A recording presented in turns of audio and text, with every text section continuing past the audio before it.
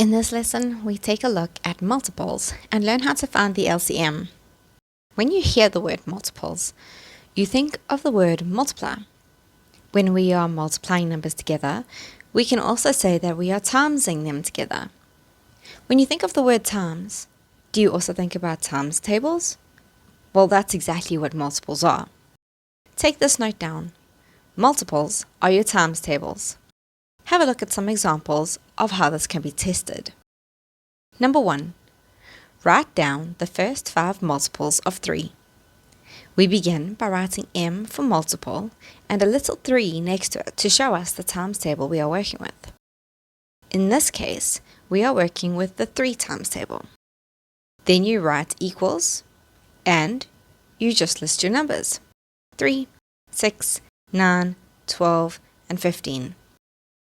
The question is only asked for the first 5 multiples, so this is where we stop. We use a semicolon to separate the numbers in lists. Question 2 asks us to list the multiples of 4 between 16 and 32.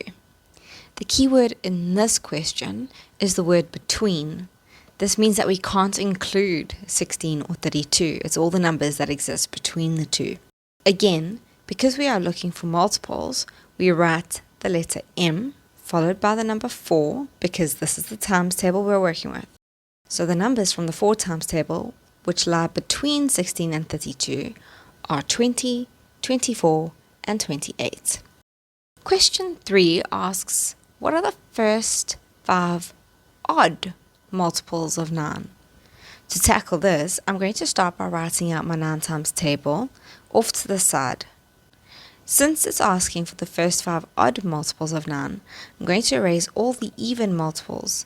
That leaves me with the first 5 multiples, which are 9, 27, 45, 63, and 81.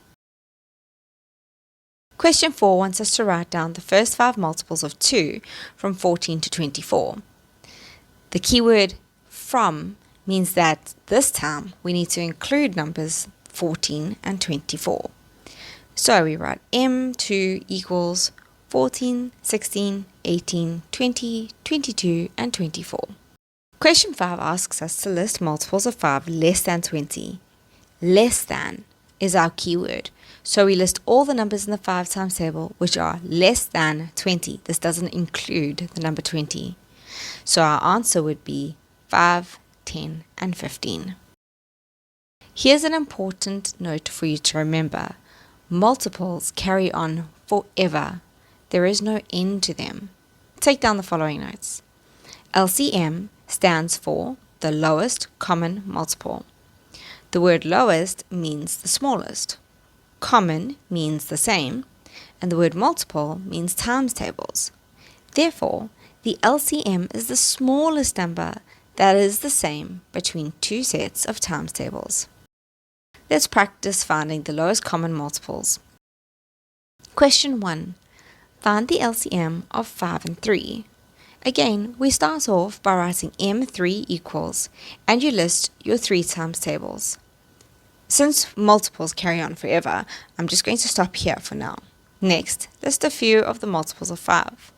The lowest number that is the same between the 2 lists is the number 15. Therefore, the LCM equals 15. So when we're finding our LCM, as a general rule, we stop after listing the first 5 numbers in the list. Number 2 asks us to determine the LCM of 4 and 7. Start by listing the first 5 multiples of 4, followed by the first 5 multiples of 7. Now when we compare these lists, we don't find anything in common. If that happens, all you need to do is extend your lists until you find something that is the same. Since my first 5 multiples of 7 go higher, I'm going to extend my 4 times table until I find something in common. The next number in my list would be 24, but this is not in the 7 times table. My next number is 28, which in this case is also a multiple of 7. So the number 28 is my LCM for this question. Question 3. What is the LCM of 2 and 4? After I list my first 5 multiples of 2, and the first 5 multiples of 4, I notice that they have 2 numbers in common. But since the letter L in LCM stands for the lowest number, we must choose the number 4 as our answer. Next, we are asked to find the LCM of 6 and 10. I write M6 equals 6, 12, 18, 24, and 30. But with my next times table, I'm going to stop at 30 and not write the first 5 multiples of 10. This is because you are allowed to stop listing the multiples of a number once you've found the first common number between the sets of tables.